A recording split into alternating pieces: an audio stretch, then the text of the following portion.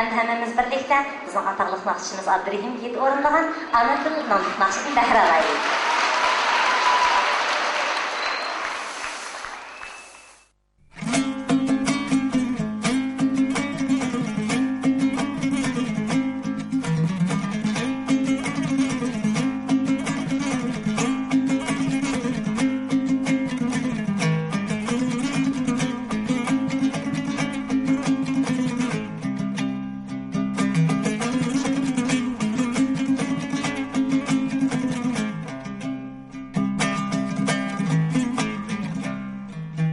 Onu til bilgen kişinin izzetin kılgım kilar. Onu til bilgen kişinin izzetin kılgım kilar. Onu tilni ağzıdın altın berip algım kilar. Onu tilni ağzıdın altın berip algım kilar.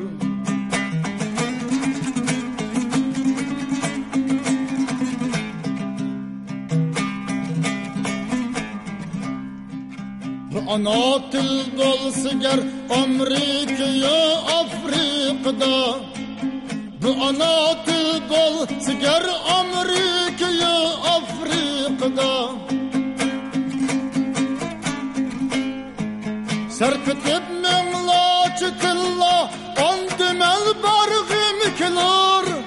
Serpetip minlaçı tilla andımel bargım kilar. Bu ana til bolsa ger Amerika'ya Afrika'da. Serpetip minlaçı tilla andımen bargım kilar.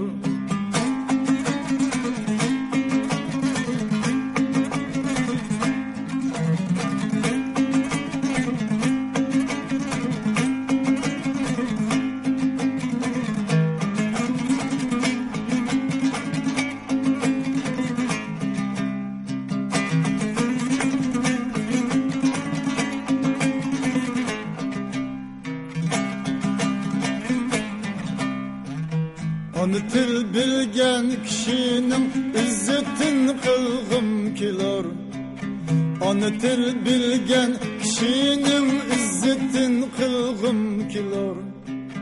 Onu tilni ağzıdın altın berip algım kilar. Onu tilni ağzıdın altın berip algım kilar.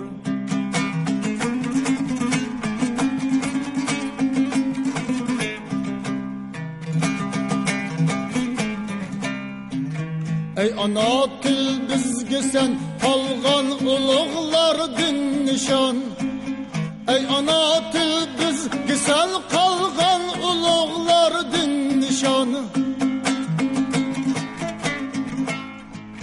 Sen bilen rohizminda iftixorlang'im kelar.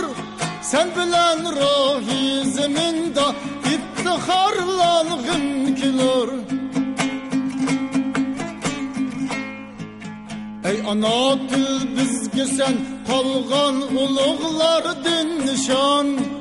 Sen bilen rohizminda iftixorlang'im kelar.